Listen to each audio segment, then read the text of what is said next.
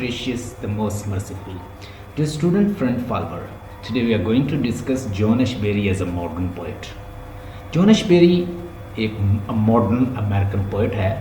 2017 में जैसे कि उसकी डेथ हुई है। जॉन एशबेरी की अगर लाइफ को देखा जाए तो जॉन एशबेरी अमेरिकन है। जॉन एशबेरी जो है वो ब्लेंड देता है आपको किसका, रियलिज्म और आइडियलिज्म का। दुनिया के जितने भी फ़लसफ़े हैं, अगर आपको उसको डीकंस्ट्रक्ट करें तो वो दो फ़लसफ़ों के आमने सामने आके खड़े हो जाते हैं। Either that will be either idealism or realism.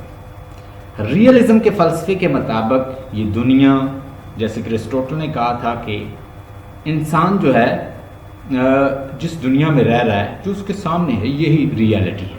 वो चीज़ों को छू कर ऐसे पेंसिल है या कोई बुक है, उसको छू के ऐसे दिखाता, this is reality. Not reality is not what you think and what you have already made in your utopian word.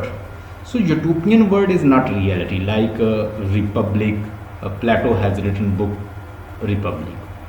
प्लेटो ने एक बुक लिखी थी रिपब्लिक, और उसने एक यूटोपियन लैंड का कंसेप्ट किया था। ऐसे बादशाह होनी चाहिए, ऐसे हर इंसान को फिलासफर होना चाहिए।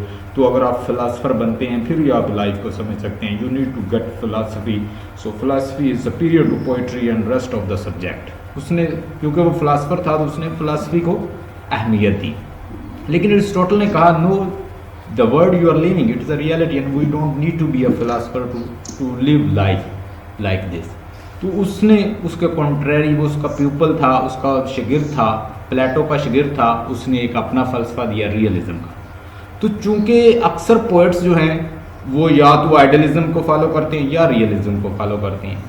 तो अब मॉडर्न एरा है या मॉडर्न दौर है, पोस्ट मॉडर्न दौर है, मॉडर्न फिर पोस्ट मॉडर्न है। तो अब पोस्ट मॉडर्न दौर के अंदर लोग क्या हैं, लोग क्या करते हैं, कोई नई टेक्निक के साथ एक्सपेरिमेंट करते हैं। जैसे मैंने आपको बताया कि उस वक्त 20th सेंचुरी की जो मूवमेंट थी, जो फ्रांस के अंदर थी, जैसे expressionism, impressionism, dadaism and surrealism. Surrealism is a technique in which the poet is going to write whatever his dreamy word is giving him idea. That is quite related to idealism.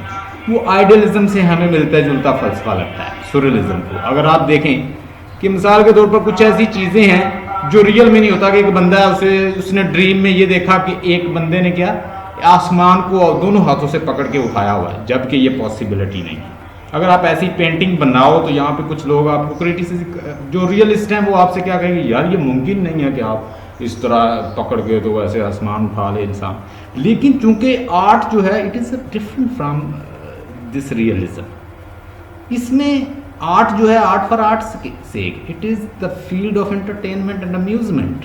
So you should take art for art, not for other cause like that. तो लोग जो थे वो poets को ये समझते थे कि पोइट को एज ए मॉरलिस्ट होना चाहिए, एज ए टीचर होना चाहिए, एज ए गाइड होना चाहिए, और पोइट को इस तरह के काम करने चाहिए। लेकिन with the passage of time, जैसे जैसे मॉडर्न लोग होते गए, तो उन्होंने कहा कि एंटरटेनमेंट की दुनिया से एंटरटेनमेंट के ज़्यादा वर्क लिए जाए, rather than didactic and teaching and moralistic and other kind of functions. तो पोइट्री का क्या फंक्शन है, टू एंटरटेन एंड अम्यूज़। तो वो अम्यूज़मेंट की चीज़ें जो है उनको शामिल करना चाहिए। जैसे कि प्लेटो ने भी कहा था कि पोइट्री और पेंटिंग दोनों जो है वो सेम है, जबकि अरिस्टोटल ने उनको डिफ्रेंशिएट कर दिया था। हमने रियल क्रिटिसिज्म में पढ़ा कि प्लेटो ने पेंटिंग और पोइट्री को सेम कंसीडर करके क्रिटिसाइज कर दिया, जबकि अरिस्टोटल ने उसको डिफ्रेंशिएट कर दिया। और मज़ीद अब आगे आ जाएं तो अब चूंकि लोग जो हैं अब दोबारा वो उसी फलसफे, उन्हीं दो फलसफों के दरमियान ही लोग फिर रहे हैं, तो ये अब आइडियलिज्म और रियलिज्म को ब्लेंड करके पेश करता है। पहला पॉइंट लिख लें, अमेरिकन एक फेमस पोइट है और नाम है जॉन एशबेरी। नाम है जॉन एशबेरी, एक मॉडर्न पोइट है और 2017 में इसकी डेथ हुई है। और इसके बारे में मज़ीद ये है कि ये एक ऐसा पोइट है जो सिंबलिज्म का और कॉमन सिंबल्स का यूज़ करता है, और आपको उन कॉमन सिंबल के साथ आपको समझाने की कोशिश करता है। जैसे मेलोडिक ट्रेन के अंदर जैसे जैसे उसके पास सिंबल्स आ रही हैं वो उनको एक्सप्लेन करता है। पिसा टावर का उसने जिक्र किया जो इटली पिसा शहर के अंदर मौजूद है, जो ऐसे झुका हुआ है, वो ह्यूमन विशेस को ज़ाहिर करता है। जैसे इंसान जो है उसको उसकी वो भी अपनी विशेस के पीछे झुका हुआ है, तो इंसान की कंडीशन बिल्कुल पिसा टावर की तरह है। ये एक मॉडर्न सिंबल है।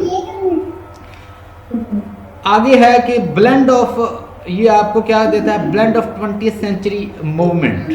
आपको कौन कौन सी मूवमेंट जो है ये डिस्कस करता है, किस किस के जरिए, ये पेंटिंग और पोइट्री को, चूंकि इसने फ्रांस को विजिट किया और फ्रांस में कुछ लोगों से ये मुतासर हुआ, उसमें एक सुरलिज्म मूवमेंट थी। उसमें सुरलिज्म मूवमेंट क्या है कि उसमें जो ड्रीमी आइडियाज़ हैं आप उसको वैसे इंटरप्रेट और उसको वैसे लिखने की कोशिश करते हैं, वैसे पेंट करने की कोशिश करते हैं। तो ये पोएट और पोइट्री को एक तो सेम समझता है, कंसीडर करता है। जैसे उसने पेंटर जो है वो बेसिकली पेंटिंग से इन्फ्लुएंस होकर उसने painting poetry paint the painter लिखी। अब ब्लेंड ऑफ रियलिज्म, ये सारे पॉइंट लिखते जाएं। He gives blend of realism and idealism.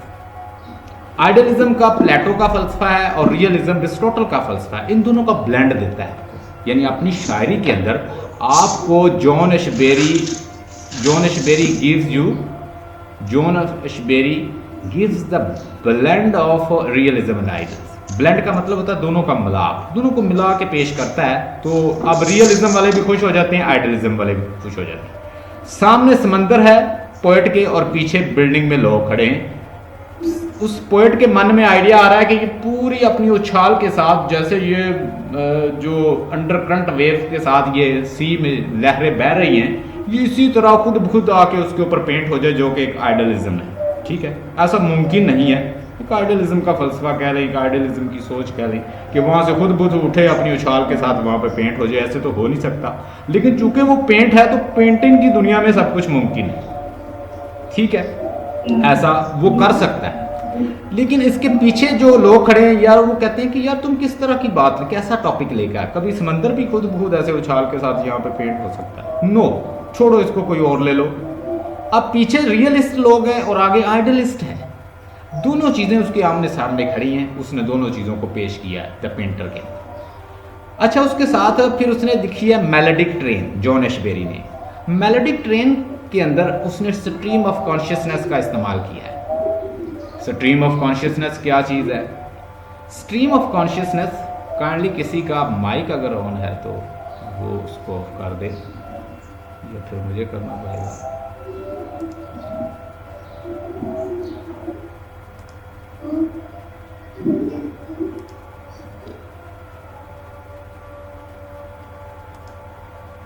अगर आप खुद ही कर दें तो that will be better idea.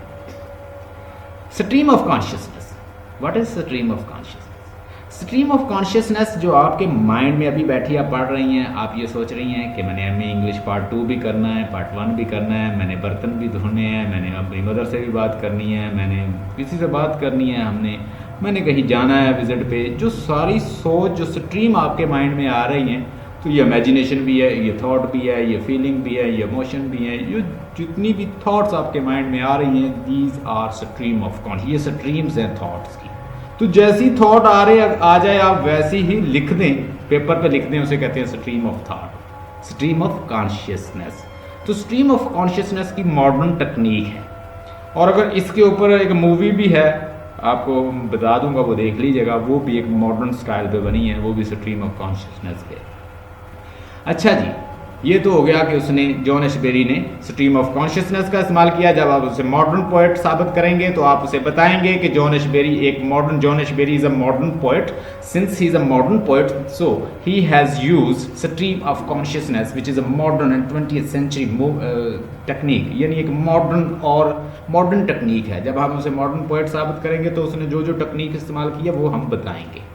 उसके बाद सुरलिज्म और डाडाइज्म, एक्सप्रेशनिज्म, इम्प्रेशनिज्म। अब सुरलिज्म क्या है? Whenever you are going to interpret whatever comes in your mind, you interpret it in the form of arts, in the form of painting, in the form of sculpture, in the form of writing, in the form of poems, in the form of sonnet, in the form of epic, tragedy, whatever comes in your mind, you write as it is.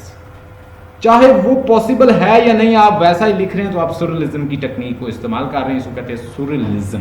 तो ये France के अंदर 20th century की movement थी जिसको poet ने अपने writing के अंदर इस्तेमाल किया था, पेंटर के अंदर। आप इसको बता सकते हैं डाडाइज्म की टेक्निक है, ये भी 20th सेंचुरी की मूवमेंट है और इसके अंदर भी जो पेंटिंग के अंदर ये इस्तेमाल होती है। एक्सप्रेशनिज्म, इम्प्रेशनिज्म, हमने इसके ऊपर डिटेल लेक्चर दिया हुआ है, अगर आप चाहें तो वो मेरा लेक्चर सुन सकती हैं। इम्प्रेशनिज्म का मतलब होता है कि आप इम्प्रेशन देते हैं थ्रू पिक्चर्स, पेंटिंग के अंदर इस्तेमाल होती है, कलर्स इस्तेमाल होती हैं। Expressionism, you use extreme kind of colour in a way to give expressions. तो आप अगर कोई हैवी पिक्चर इस्तेमाल कर रहे हैं ताकि आप एक्सप्रेस करें अपनी थॉट्स को, उसको एक्सप्रेशनिज्म कहते हैं। और ये राइटिंग और पेंटिंग और पोइट्री दोनों में इस्तेमाल होती है। Poetry is the natural flow. Basically ये मूवमेंट किसकी हैं? ये पेंटिंग की मूवमेंट है, लेकिन उसने पेंटिंग और पोइट्री को सेम समझा है, इसलिए उसने इसके अंदर इस्तेमाल कर लिए। दूसरे पोइट आप देखेंगे कम इस्तेमाल करते हैं इन चीज़ों, ये ज़्यादा करता है। ये मॉडर्न टेक्निक्स हैं तो मॉडर्न पोएट है। हम सुरियलिज्म को डिस्कस करेंगे, डाडाइज्म को डिस्कस करेंगे, एक्सप्रेशनिज्म को डिस्कस करेंगे, इम्प्रेशनिज्म को डिस्कस करेंगे।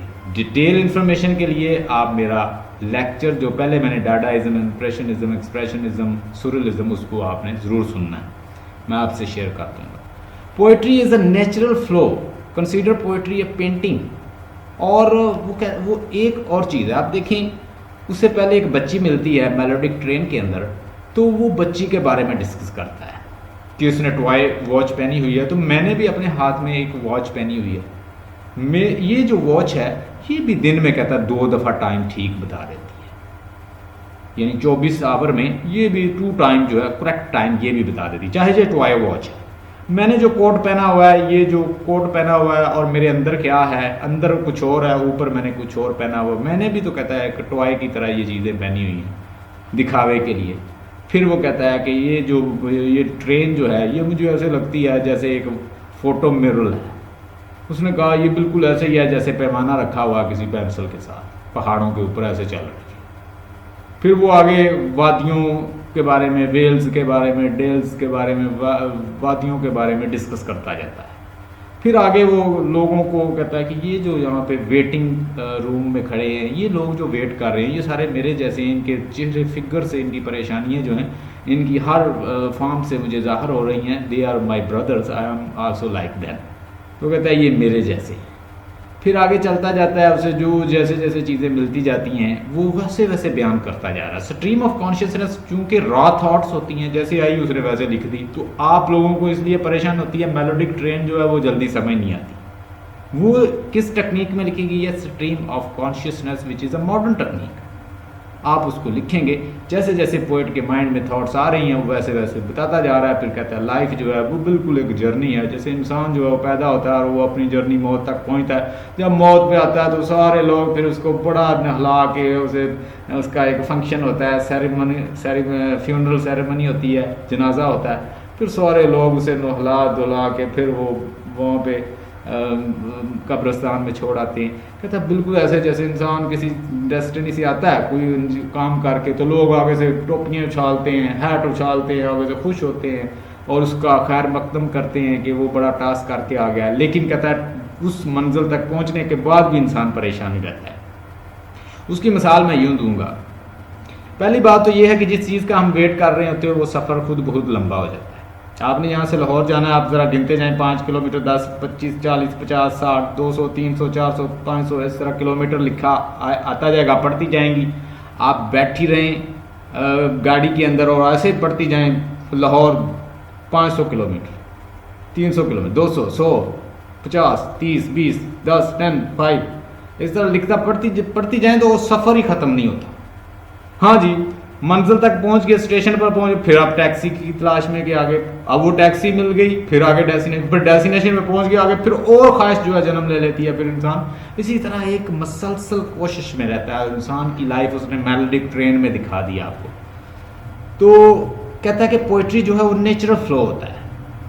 आपको नेचुरल फ्लो जो है वो स्ट्रीम ऑफ कॉन्शियसनेस की फॉर्म में आपको मेलोडिक ट्रेन के अंदर मिल जाएगा। आप ये लिखेंगे कि John Ashbery, according to John Ashbery, poetry is a natural flow. Realism और रियलिस्ट जॉन एशबेरी एक रियलिस्ट पोइट है और वो रियलिटी दिखाता है, रियल इमेजेस दिखाता है। पिसा टावर का इमेज, ठीक है, फोटो मिरर का इमेज, डेल्स और वेल्स और इस तरह वादियाँ, और फिर वो जो बुबोले निकल रहे हैं ट्रेन से, और फिर आपको जैसे टॉय वॉच का सिंबल है, तो इस तरह की सिंबल, और डेथ का जैसे वो सिंबल उसने लिया है। तो एक बड़ी सिंबॉलिक सी पोइम है और वो रियलिज्म को यूज़, जो रियलिटी है, जो अपने माशरे में जो प्रॉब्लम है, जो मेलोडिक ट्रेन में आपको दिखाई, जो उसने आपको द पेंटर में दिखाई, तो ऐसे मिसाल रियल इश्यूज़ हैं वो आपको दिखाता है। He is also known as a realist.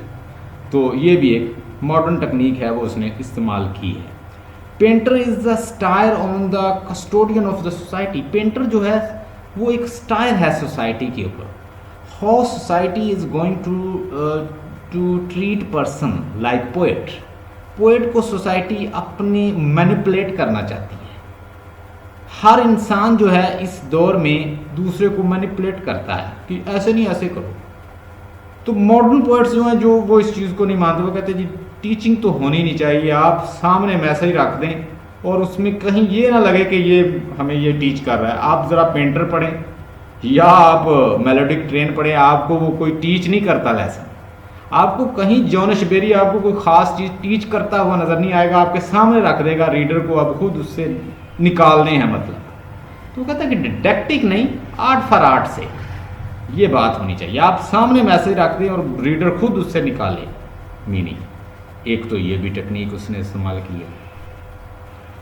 तो पेंटर जो है वो सटायर है कस्टोडियन ऑफ सोसाइटी के ऊपर, जिन लोगों ने सोसाइटी को कस्टोडियन बनाया हुआ है, जो कस्टोडियन बने हुए हैं सोसाइटी के, जैसे वो पीछे बिल्डिंग वाले हैं, वो उसे अपना आज़ाद जो है वर्क नहीं करने देते। एक पोएट की दुनिया जो है वो और होती है, पोएट अपनी दुनिया खुद बनाता है। पोएट क्रिएटर होता है। पोएट का मानी क्या है? क्रिएटर। देखें ज़रा, मेकर, क्रिएटर, तो वो चीज़ बनाता है। पोएट के अंदर एक स्किल होती है कि वो एक आइडियल रियलिटी आपको बना के दिखाता है। वो ये नहीं कि एक बंदा गुनाह कर रहा है उसे छोड़ देगा, अल्टीमेटली जब वो कहानी लिखेगा तो गुनाह वाले को पोएटिक ट्रुथ दिखाएगा आखिर। ये भी हमने क्रिटिसिज्म में पढ़ा। तो ये चीज़ें जो हैं ये आपको मॉडर्न पोइट्री के अंदर मिलेंगी। मॉडर्न पोइट्री, जैसे फिलिप सिडनी ने कहा था कि 3 तरह की पोइट्री है। एक उसने कहा डिवाइन पोइट्री होती है, जिसको उसने बाइबल रिलीजियस पोइट्री कहा। एक को उसने कहा कि पोइट्री दूसरी डिडेक्टिक पोइट्री है, कोई टीचिंग के लिए इस्तेमाल होती है वो, यानी कुछ मॉरल लेसन टीच करने के लिए इस्तेमाल होती है। तो फिर उसने कहा कि एक पोइट्री जो है वो मॉडर्न पोइट्री है, वो रियल पोइट्री है। उस पोइट्री को कहा कि वो इंस्ट्रक्शन देती है थ्रू डिलाइट। एक मूवी दिखा के आप लेसन दे सकते हैं लोगों को, ये फिलिप सिडनी ने कहा। Against the depiction of the society, यहाँ पे एक और पॉइंट है, लिख लें। आपको सोसाइटी में वो ये नहीं बताएगा, कोई मॉरल लेसन नहीं, आपके सामने पूरी सिचुएशन रख देगा और उससे आपने खुद डिपिक्ट करना है कि व्हाट इज़ गुड और व्हाट इज़ बैड। ये भी आप देख लें कि पहले ऐसे नहीं होता था। पहले वो ख़ास कोई पर्पस के लिए लिखी जाती थी। आप ज़रा क्लासिकल पोइट्री को उठा लें, वो भी किसी मैसेज के लिए लिखी जाती थी। अब यहाँ मॉडर्न पोइट्री जो आएगी वो आपके सामने सिचुएशन दोनों रख देगा, आइडियलिज्म रियलिज्म दोनों आपके सामने रख देगा, पूरी लाइफ आपके सामने खोल देगा। और आपको ये नहीं करेगा ऐसा वैसा करो, बल्कि वो कहेगा कि इसके अंदर से मैसेज खुद निकालो। ये एक न्यू टेक्निक थी जो पोएट ने इस्तेमाल की है। मेलोडिक ट्रेन जो है एक डिपिक्शन है लाइफ की रियल प्रॉब्लम जो है, जैसे फ्रस्ट्रेशन है, टेंशन है, एगनीज हैं, टॉर्चर्स हैं, ठीक है। और मॉडर्न मैन की जो प्रॉब्लम है वो उसने, आप उसमें जिक्र करेंगे पिसा टावर का उसने जिक्र किया, तो इंसान झुका हुआ है बिल्कुल इसी तरह। इमेजेस का जिक्र किया है और जो लोगों का जिक्र किया, उनके फेसेस के ऊपर जो एक्सप्रेशन जो हैं उनका जिक्र किया है। अच्छा जी, एक और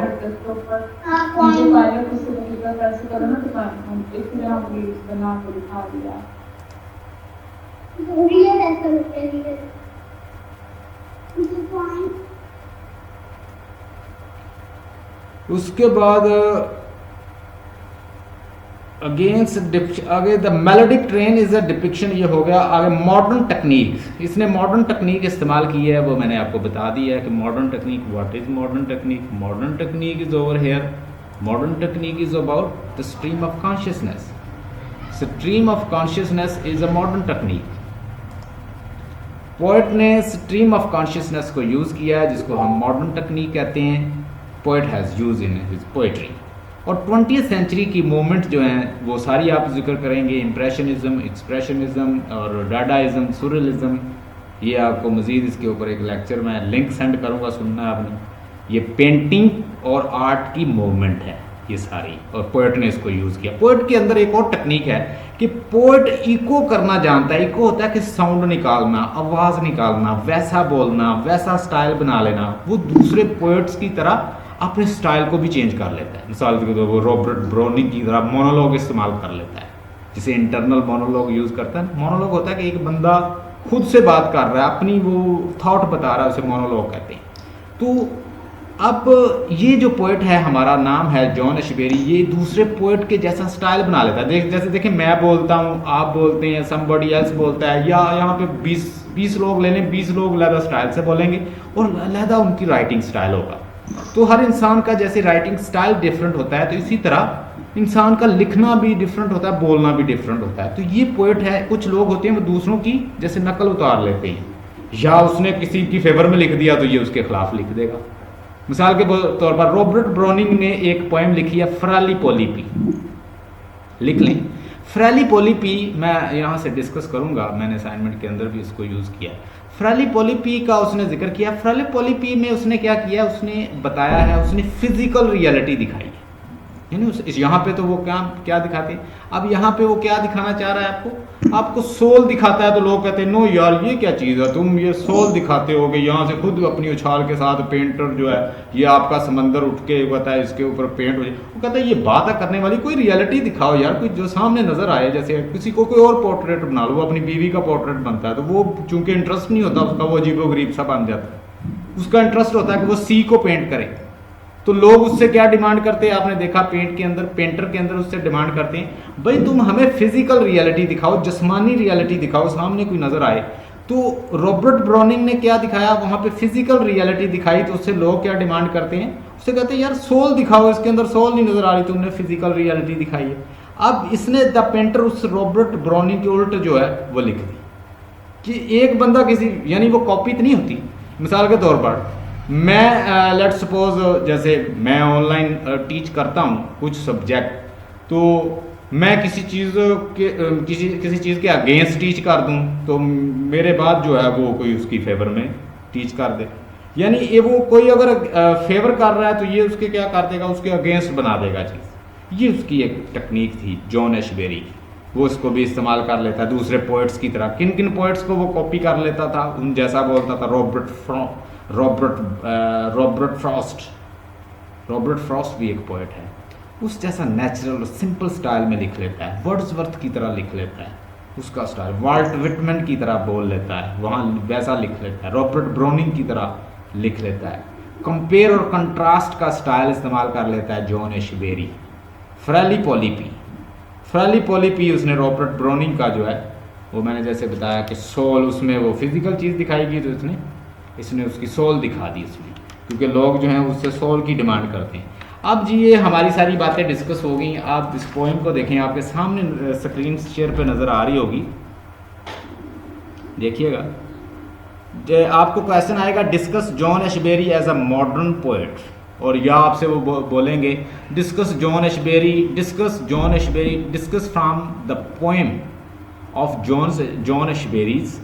जॉन एशबेरी की पोएम से डिस्कस करें John Ashbery as a modern और post modern poet. Discuss the technique used by John Ashbery in his poetry. तो आपने आपके कोर्स में दो ही हैं, तो आपने वो दोनों से रेफरेंस देने हैं। या वो बताएंगे कि discuss John Ashbery as a modern poet from his poems. तो पोइम उसकी क्या है, the painter and the melodic train. इन दोनों फिर दोनों से हम पॉइंट निकाल के उसे मॉडर्न पोएट साबित करेंगे। John Ashbury is well known, ये मैंने पॉइंट लिखे हैं यहाँ पे भी, ये भी आप नोट कर लीजिएगा। यानी ये लिखे हुए आपको यहाँ पे भी मिल गए हैं, आगे मैंने 1 by 1 एक्सप्लेन किए हुए। पहले John Ashbery is a well known modern American poet. He is a famous for his artistic perceptions in his poetry. वो अपनी आर्टिस्टिक परसेप्शन की वजह से बड़ा मशहूर था और बड़ा फेमस पोएट था. नाम है जॉन एशबेरी, अमेरिकन पोएट है, modern poet. His work is characterised by the originality and impressionistic elegance. His poetry manifest का मतलब होता है इजहार, शो करती है. His poetry manifest a good blend of all the characteristic of the 20th century. Blend का मतलब होता है मिलाना. आपको उसकी पोइट्री के अंदर जितनी भी करेक्टरिस्टिक हैं मॉडर्न 20th सेंचुरी की पोइट्री की वो मिल जाएंगी. इम्प्रेशनिज्म मिल जाएगा, एक्सप्रेशनिज्म मिल जाएगा, डाडाइज्म मिल जाएगा, सूररिज्म मिल जाएगा, स्ट्रीम ऑफ कॉन्शियसनेस मिल जाएगा, इमेजेस मिल जाएंगी, मेटाफर मिल जाएंगी, सिंबलिज्म मिल जाएंगी. ये सारी टेक्निक मॉडर्न है, उसने सारी इस्तेमाल की है. His character is unique and matchless as far as stylistic device and technique are concern. जहाँ तक उसने स्टाइल होता है ना लिखने का अंदाज, जहाँ तक उसके लिखने का अंदाज है, उसकी टेक्निक का अंदाज है, उसने क्या किया है. इनफैक्ट जॉन एशबेरी एफर्ट्स, ये देखें ये है. In fact Ashbery's efforts were to unite the technique of poetries.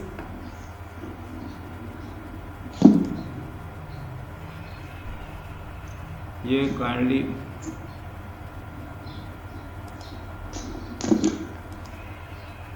इसको म्यूट करें, ऊपर देखें.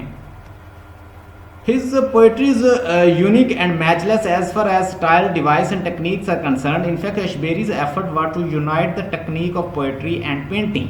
अब चूंकि उसने फ्रांस को विजिट किया, फ्रांस में मूवमेंट चल रही थी, पेंटिंग के ऊपर बहुत वर्क हो रहा था फ्रांस के अंदर, तो वहाँ से ये टेक्निक लेकर आ गया क्या, पेंटिंग की. उसने कहा पेंटिंग और पोएट्री जो है बड़ी क्वाइट रिलेटेड है, ये आर्ट्स हैं, दोनों आर्ट्स हैं, तो ये बड़े एक दूसरे से रिलेटेड है, वो कहते एक ही है. उसने उन दोनों को मिला के यूनाइट करके लिखने की कोशिश की.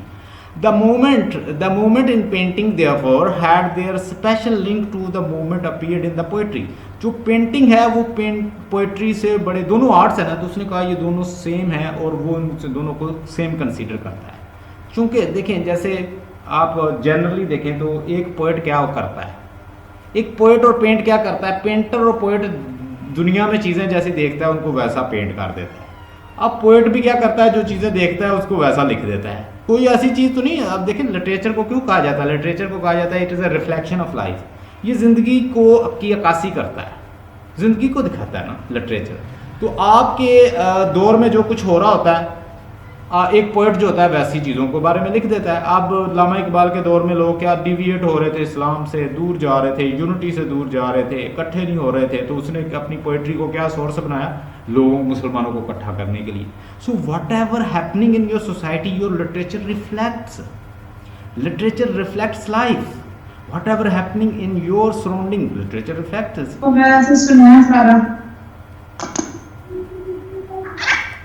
मैं आपको बार बार कह रहा हूँ काइंडली कि इसको म्यूट रखें, फिर आप कर लेती हैं unmute.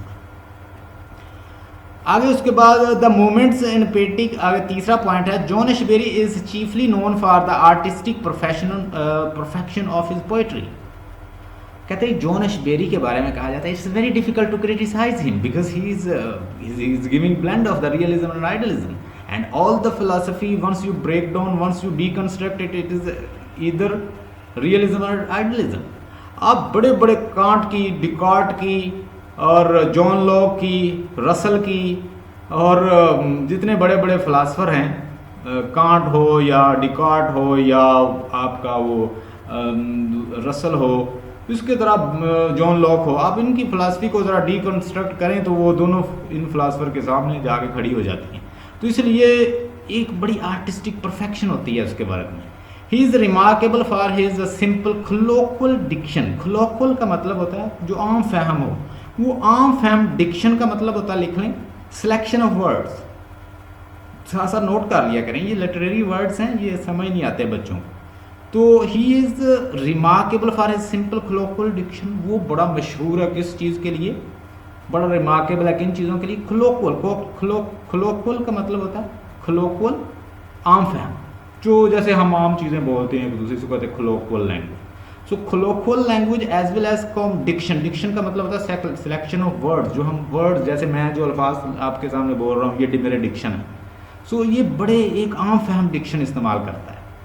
His poetry has a natural flow, उसकी पोइट्री जो है वो नेचुरल फ्लो की तरह चलती है। मेलोडिक ट्रेन में कैसे वो चला जाता है ट्रेन के ऊपर, साथ साथ लोगों को बताता है, ये होता है natural flow. His poetry has a natural flow varying in sounds and effect according to the ideas और situation whatever he writes. चौथा पॉइंट देखिए, realism is the hallmark of Ashbery's poetry because he is down to earth. Down to earth एक idiom है, इसका मतलब होता है मुकम्मल तौर पर।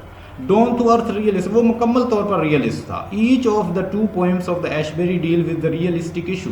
अब दोनों पोएम्स जो हैं, जो माशरे के अंदर मसाइल हैं, जो रियलिस्टिक मसाइल हैं, the problem you are facing in your daily life, like the people they want to be a realist as well as idealist. The people are living in a tussle. So this is the problem people facing. So he put forward in front of you. At the same time, he is also showing you the problem of the modern man. Modern man is worried about the monotonous and waiting for something and all the day busy and moving here to there while restless. तो इंसान जैसे restless है वैसे उसने melodic train में आपको दिखा दिया। John Ashbery deal with the realistic issues taken from the life as we see in the painter the melodic train. आप इन दोनों से रेफरेंस दे सकते हैं। His approach is not romantic and imaginative. उसकी अप्रोच जो है वो रोमांटिक या कोई इमेजिनेटिव नहीं है, यानी वो आपको कोई रोमांटिक चीज़ें नहीं बताता कि वो रोमांस हो रहा है। Rather we can feel philosophical touch in his poetry. वो एक फिलोसॉफिकल टच दे देता है उसको।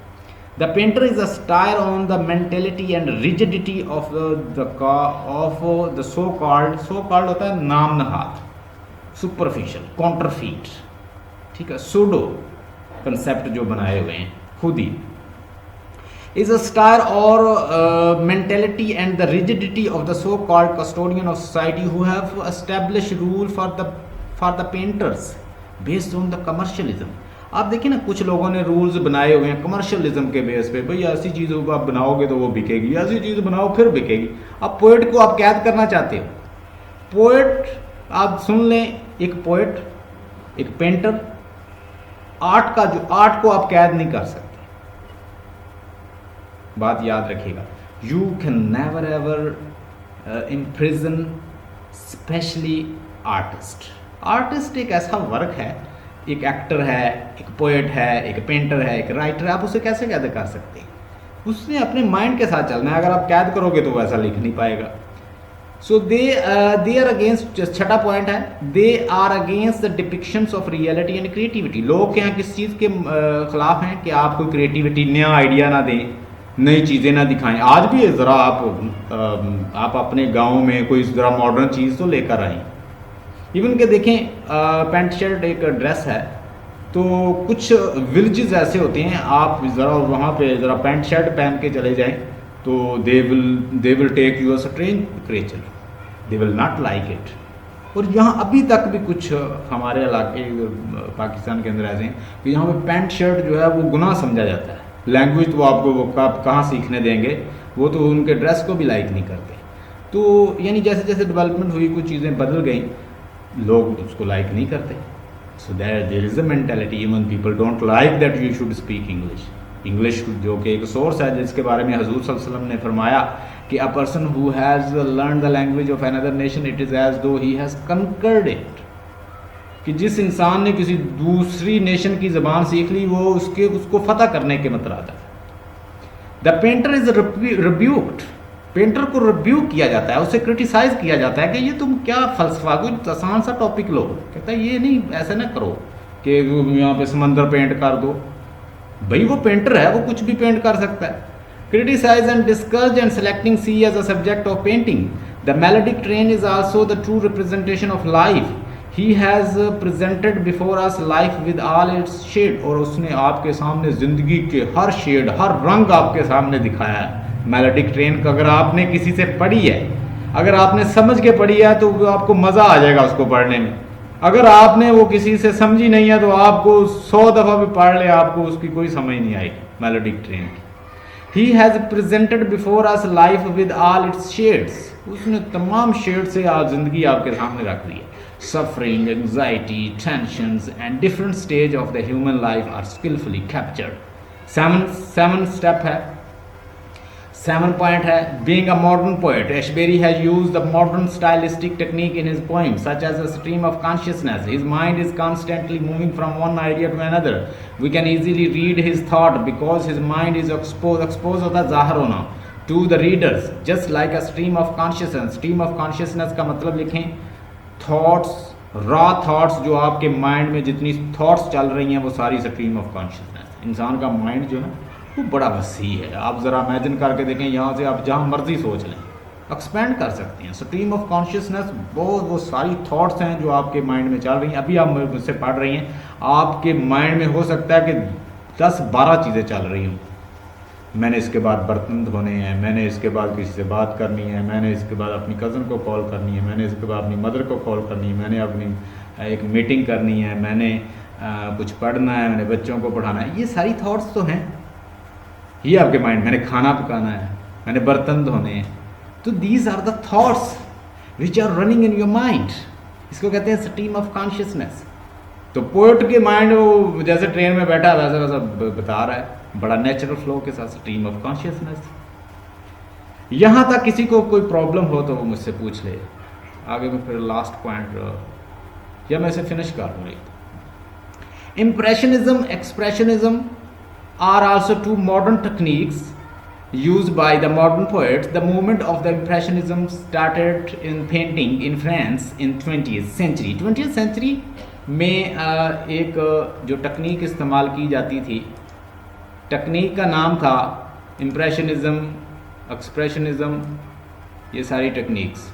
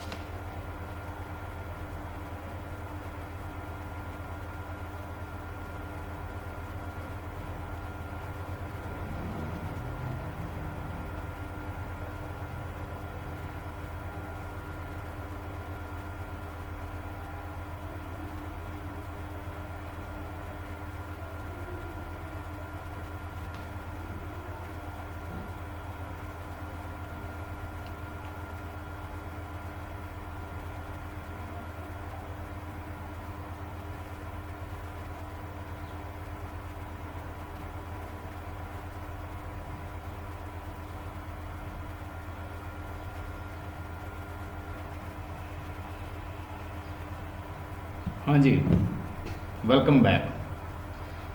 अब जो मैंने आपको सेंड की हुई है पीडीएफ, ज़रा उसे ओपन कर लें और उसके 8 पॉइंट जो सब पहला पॉइंट्स बने हुए हैं, 8 नंबर जो पॉइंट है उस पर आ जाएं। ये देखें, आपको मैंने सेंड की हुई है, ये मैं मेंशन कर देता हूँ, ये वाली, ओपन इट व्हाट्सएप ग्रुप में। उसको ओपन कीजिए। हाँ जी, पॉइंट है Impressionism, expressionism are also two modern techniques used by the modern poet. The movement of the Impressionism started in the painting in France in 20th century. ये movement जो है कहाँ start हुई थी? ये फ्रांस के अंदर स्टार्ट हुई थी 20th सेंचुरी में. So this movement started in France specially. तो कौन कौन सी मूवमेंट हैं वो हमने डिस्कस किया उनको.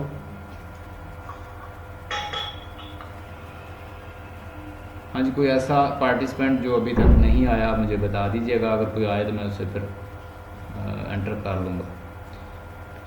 हाँ जी, आपके सामने 8 नंबर जो पॉइंट है उसको ज़रा देखें कि impressionism expressionism are two also modern technique use in the modern poet. 20th century की मूवमेंट थी. The purpose of this technique is to record the immediate impressions of the writers to convey the reader his idea and thought in a selective वे.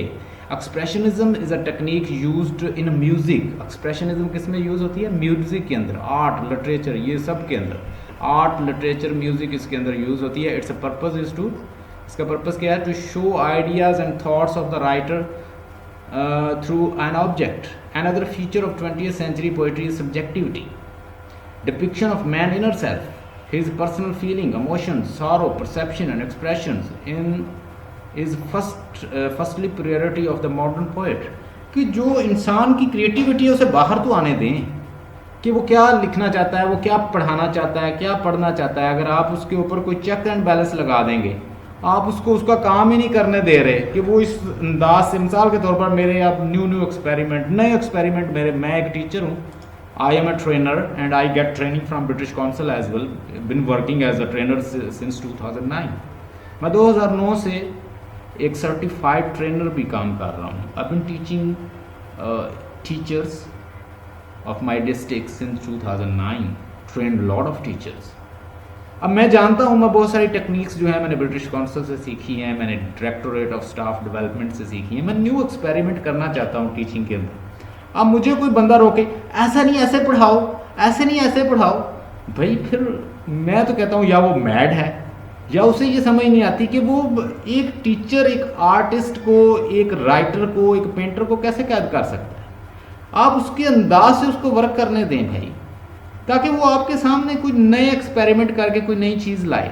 अब यहाँ पे बिल्कुल यही चीज़ discuss हो रही है कि late the artist do work in his style. अगर आप उसके ऊपर चेक एंड बैलेंस लगा देंगे तो उसकी इनर जो फैकल्टीज़ हैं वो बाहर कैसे आएंगी. तो यहाँ पे एवंट-गार्ड टेक्निक जो है, यहाँ पे न्यू एक्सपेरिमेंट हो रहे थे अमेरिकन पोइट्री के अंदर. वो नए नए अंदाज से, वो न्यू स्टाइल से, वो इम्प्रेशनिज्म, वो एक्सप्रेशनिज्म, वो डाडाइज्म, वो सुरलिज्म, वो मॉडर्न टेक्निक, वो स्ट्रीम ऑफ कॉन्शियसनेस, इन सारे टेक्निक्स के साथ वो एक्सपेरिमेंट कर रहे थे अमेरिकन पोइट. तो वो नई चीज़, आप एक ही चीज़ आप बार बार एक दिखाते जाएँ, लोग बोर हो जाएंगे. आप देखें, एक दौर था कि पाकिस्तानी इंडस्ट्री, फिल्म इंडस्ट्री बड़े अरूज पे थी, फिर इंडियन चली गई, इंडियन का डाउनफॉल हुआ. अब इंडियन की मूवीज़ जो हैं वो नहीं देखती, पंजाबी मूवी लोग देखने लग गए.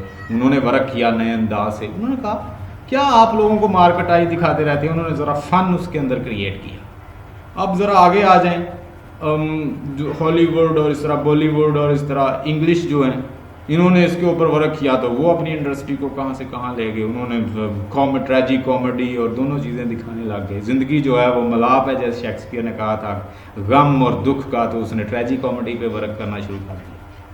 तो नए नए अंदाज, नई नई टेक्निक जब आप इस्तेमाल करेंगे किसी वर्क के अंदर, तो वो एक नया एक चीज़ बन जाएगी. So let the artist do not cage writer, do not cage artist. Once to do that, he will lose his imaginative power.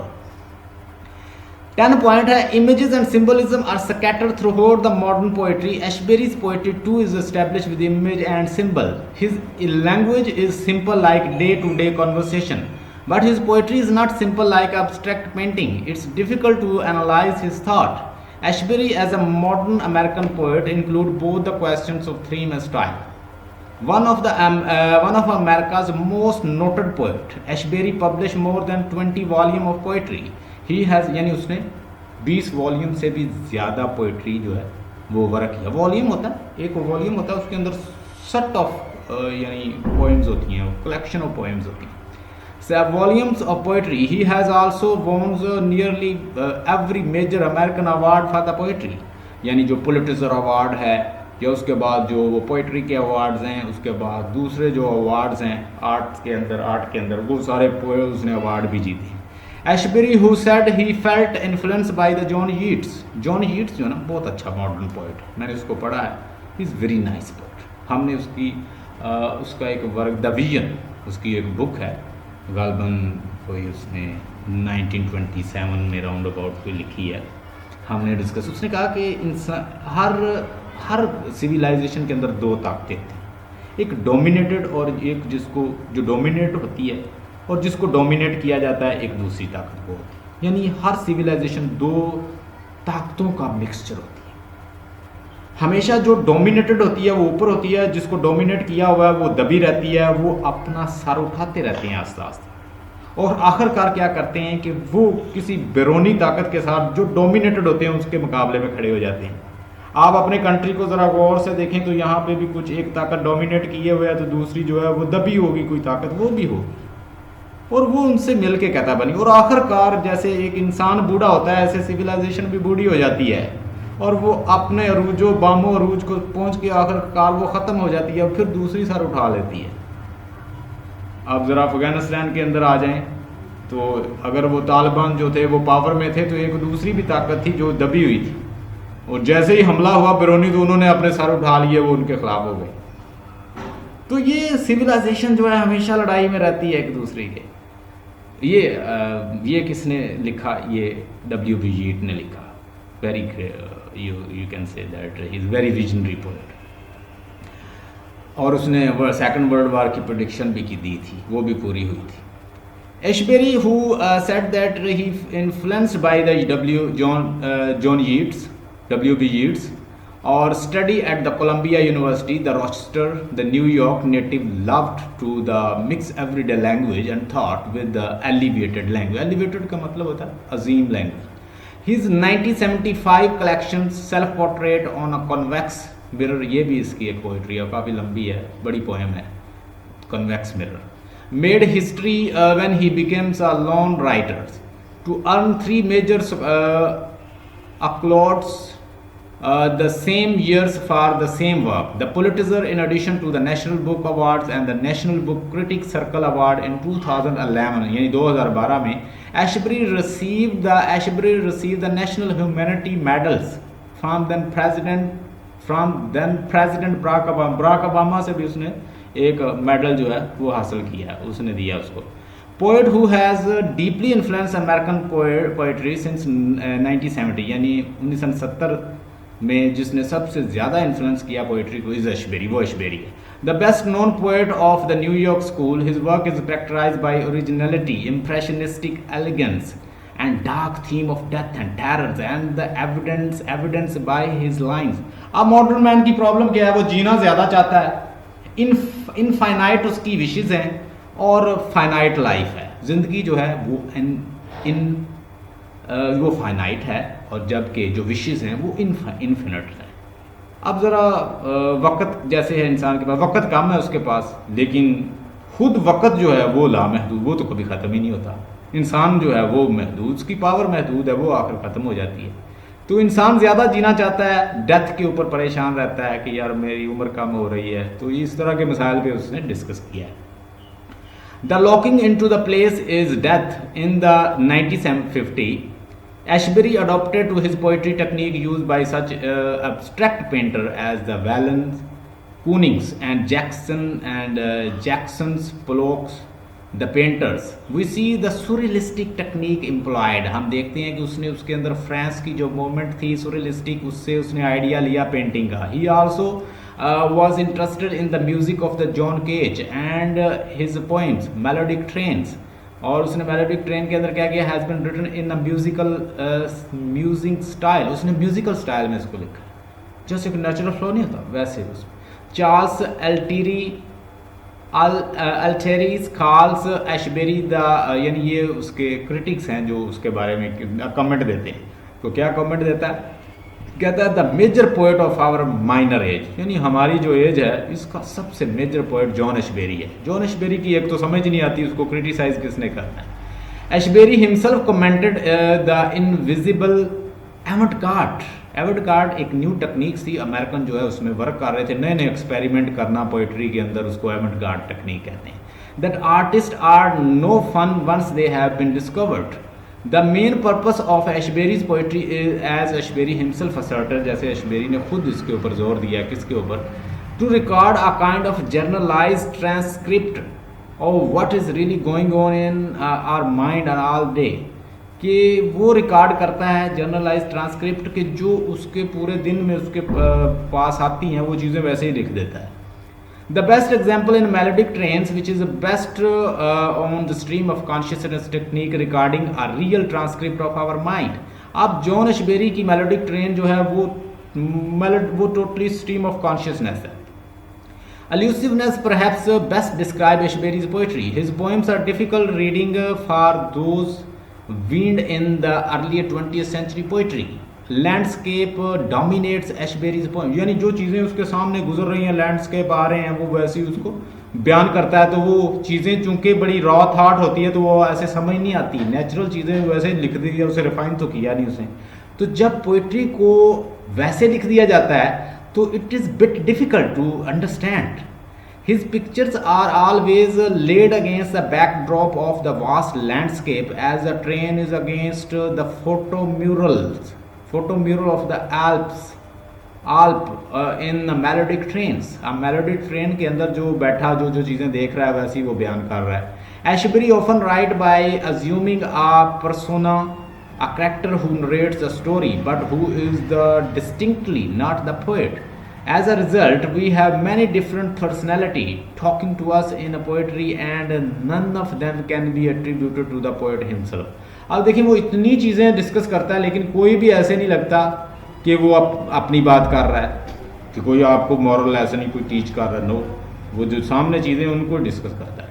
We have a good example of this in the travellers in the tweed coat holding a briar pipe in the melodic train, so who may be Ashbery, but he is soon lost in the multitude.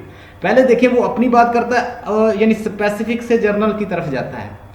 पहले उसने अपनी बात की, मेरे हाथ यानी ये Tweed coat पहना हुआ है, ये ब्रायर पकड़ा है हाथ में, और फिर वो कहता है ये सारे लोग जो मेरे सामने खड़े हैं ये भी मेरे भाई हैं, उन मल्टीट्यूड के अंदर गुम हो जाता है।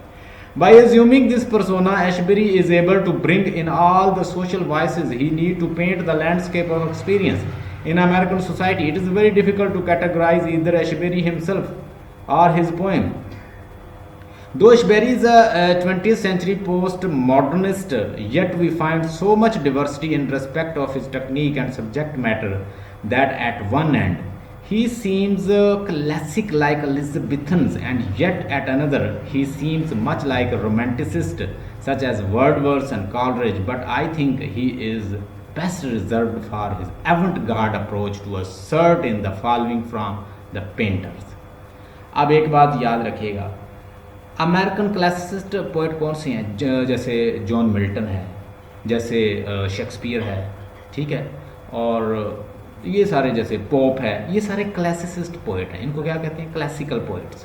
अब ज़रा आगे आ जाएं, मॉडर्न पोइट कौन से हैं? ये जिनके बारे में अभी हम बात कर रहे हैं ये मॉडर्न पोइट हैं। और रोमांटिक पोइट कौन से हैं? वर्ड्सवर्थ, कॉलरिज, कीट, शेले, ये सारे मॉडर्न पोइट्स हैं। इनको क्या कहते हैं? रोमांटिक पोइट कहते हैं। तो ये क्या करता है, ये उनका ब्लेंड दे देता है। ये सारे पोइट्स को एक तो उनकी आवाज़ें भी निकालना जानता है, उनकी तरह स्टाइल भी बना लेता है, और हर तरह का स्टाइल जो है वो अपना लेता है। आपको कोई रोमांटिक या लव स्टोरी नहीं बताता, आपके सामने सिचुएशन जो होती है वो रख देता है। तो ये एक मॉडर्न पोइट्री का खासा है। आप देखें नीचे पेंटर में वो क्या कहता है, हाउ कुड, मैंने ये वो किया हुआ है इसको yellow, how could he explain to them his prayers that nature not art might usurp the canvas. ठीक है जी, हाउ कुड यानी एक बच्चे के मन के अंदर क्या प्रेयर होती है, कोई बंदा जानता है? वो बिल्कुल एक पोइट भी अपने कैनवस के सामने ऐसे ही बैठा है, जैसे बच्चे के मन में डिफरेंट जो है वो दुआएं करता है, मैं ऐसे हूँ, वैसे बन जाऊँ, वैसे बन जाऊँ। तो वो भी अपने कैनवस के सामने बिल्कुल वैसे बैठा हुआ है। और इस चीज़ को कोई कंट्रोल भी नहीं कर सकता जो उसके थॉट्स आ रही हैं। तो एक पोइट की जो थॉट्स होती हैं वो भी बच्चे जैसी होती हैं, वो कहते हैं। Another techniques used by the Ashbery is to echo other poets, कि वो दूसरे poets की तरह भी बोल सकता है। To borrow their style, उनके स्टाइल को बारो कर लेता है कि वैसा वो लिख लेता है उनकी तरह का। जैसे मैं अब आपकी तरह बोल लूँ और समबॉडी की सारे लोगों की तरह आवाज़ें निकाल लूँ या स्टाइल बना लूँ, तो इसका मतलब है कि मेरे अंदर टेक्निक है ये। टू बारो the style draw ironical relation between their and his point of view, उनके रिलेशन की, जैसे उसने रॉबर्ट ब्राउनी के फ्राली पॉलीपी को उसने उसके उल्ट लिख दिया। He has been known to echo Stevens, Eliot and Pound, Ezra Pound, यानी एलियट और एजरा पाउंड हर तरह का वो स्टाइल बना लेता है। As David Perkins point out, David Perkin ने उसको पॉइंट आउट किया, for both Stevens and Ashbery's the imagination creates, destroys and immediately create another visions of reality, यानी वो क्या करता है, क्रिएट रिक्रिएट इस तरह कर लेता है। We see this in the painter where the version of reality of a sea can not be conveyed in the paints and the artist need a different medium to do that, while his concern is that the nature and the art might usurp the canvas, यानी nature और art जो है वो ये काम उसके लिए ये नामुमकिन नहीं है। आगे कहता है sometimes Ashbery uses voices of the other poet, David Perkin point out he adopt a style in order to invoke the tone of the feeling associated with it and exhibit the voice of the different types of people. The painter thus seemed to be direct echo from the Browning's many poems of the subject of art. We have echoes here, the Frally Polypi. मैंने आपसे पहले ही discuss किया कि Robert browning ने एक work लिखा था, नाम था फ्रैली पॉलीपी। फ्रैली पॉलीपी में उसने एक फिजिकल बॉडी दिखाई, तो वो उससे लोग कहते थे यार सोल दिखाओ, तो उसने लोगों ने उससे डिमांड सोल की यहाँ पे उसने क्या दिखा दिया, सोल दिखा दी। उसने बात आइडलिज्म पे कर दी।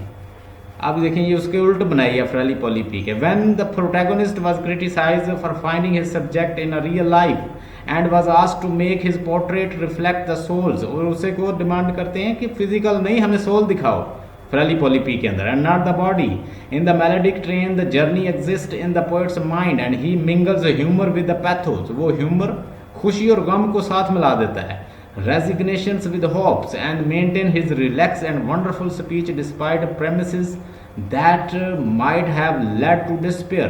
The anguish of the passengers of the trains is shared with the poet, but anxiety and dogged impatience lead the poet to say. अब वो क्या करता है कि एक आदमी है, एक ट्रैवलर है, वो चल रहा है और वो अपनी प्रॉब्लम बताता है, फिर अपनी प्रॉब्लम को मिक्स कर देता है पोएट जो स्पीकर होता है उसका उन लोगों की प्रॉब्लम के साथ मेलोडिक ट्रेन के अंदर। वो कहता है these figure livings the platform waiting to board the train और माई ब्रदर्स, ये लोग जो प्लेटफॉर्म पर, ये ट्रेन के प्लेटफॉर्म पर ये खड़े जो वेट कर रहे हैं, बेचारे परेशान हैं। कहता है ये मेरे भाई हैं।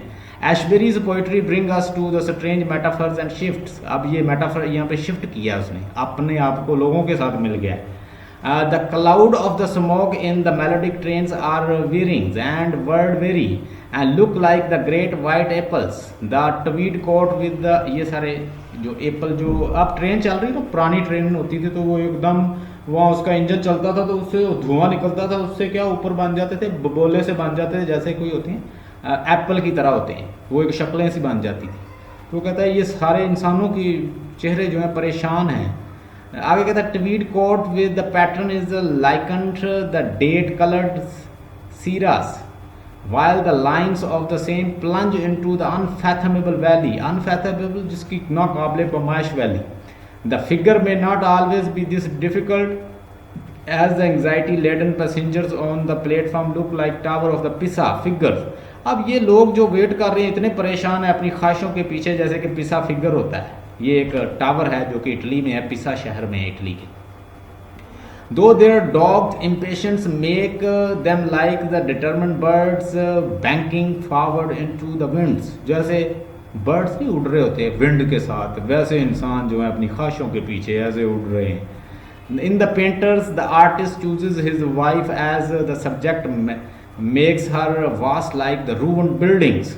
अब वो अपनी बीवी में उसे इंटरेस्ट नहीं है, लोग उसे कहते हैं यार कोई रियलिटी दिखाओ, ये क्या तुम अब्स्ट्रैक्ट चीज़ें दिखाना चाहते हो, तो कोई रियलिटी दिखाओ। वो अपनी बीवी का बना देता है पोस्टर, और वो पोस्टर ऐसे बनता है जैसे कोई रूवन फटी पुरानी जैसे कोई बिल्डिंग नहीं होती, अपनी बीवी का इस तरह का पोस्टर बना देता है, क्योंकि उसका इंटरेस्ट ही नहीं है बीवी में।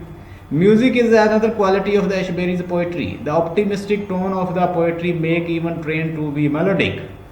Melodic train describe the anxiety of journey in the musical note, which end at the fun fairs of the celebration with the music of the human voice.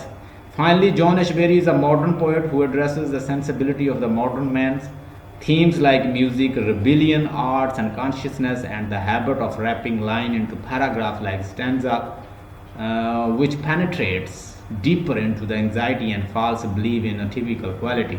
He is a craftsman like classicist and imaginative like romanticist, and is renowned for the simple colloquial dictions. आप देखें वो एक classicist की तरह classicist भी लगता है। Classicist बड़े रिज्म पर लिखते थे, बड़े लॉजिक रिज्म के साथ जो पोइट्री करते थे वो क्लासिसिस्ट थे, ठीक है। जो इमेजिनेटिव पोइट्स है, जैसे माइंड में आई चीज़ें वैसे इमेजिन तखयलात के ऊपर लिखते गए, जैसे वर्ड्सवर्थ है, तो जैसे जैसे वो डैफोडिल आते हैं, जैसे कुकू आती है, जैसे उसके माइंड में प्रल्यूड में जैसे वो पोइट्री आती जाती है, आप देखें उसकी प्रल्यूड वर्क उसका पढ़े, तो वो कहता मैं बच्चा होता था, बैथिंग करता था, नहाता था, एक दफ़ा कश्ती देखी, कश्ती में चुराने की कोशिश की मैंने ये देखा कि मैं कश्ती को चुराने लगा, कहता मैं छोटा सा बच्चा था, तो पीछे पहाड़ी मेरे पीछे ऐसे आती गई, वो चल के आ रही थी, नेचर नाराज़ होती है, नेचर हीलर है, सूथर है, कंफर्टर है। तो इस तरह के कंसेप्ट वो आपको बताता है वर्ड्सवर्थ। तो वो है इमेजिनेटिव पोइट, उनको कहते हैं romantic poet. His metaphors are sometimes highly metaphysical, and his poetry has a natural flow, varying in sound and effect according to the themes. All these make Ashbery as a modern poet. लें जी, हमने आज John Ashbury को as a modern poet साबित कर दिया है। इंशाल्लाह Monday से हम पढ़ेंगे, मैं आपको बताऊंगा मॉर्निंग बीकम इलेक्ट्रा, एक प्ले है यूजीन ओनील का, जो कि सिगमंड फ्राइड का एक कंसेप्ट है, एडिपस और इलेक्ट्रा कम्प्लेक्स के ऊपर लिखा गया, साइको एनालिसिस के ऊपर।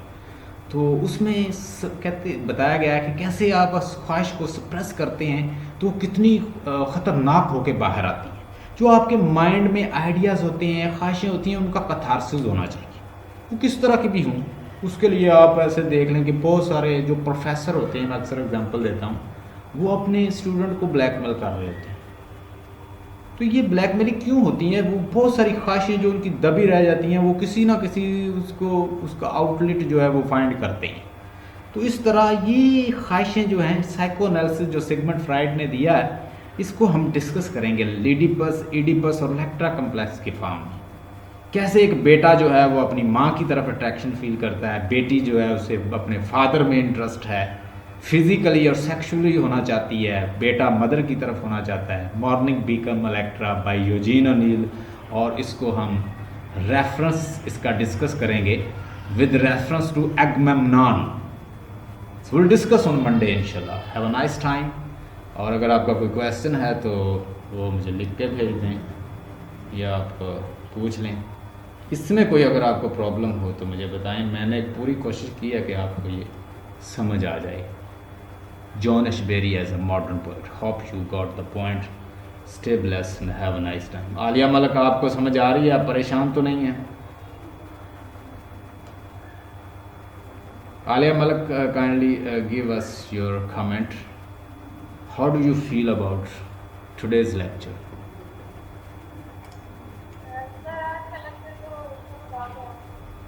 मुझे समझ नहीं आपकी आ रही, आपकी आवाज़ नहीं आ रही।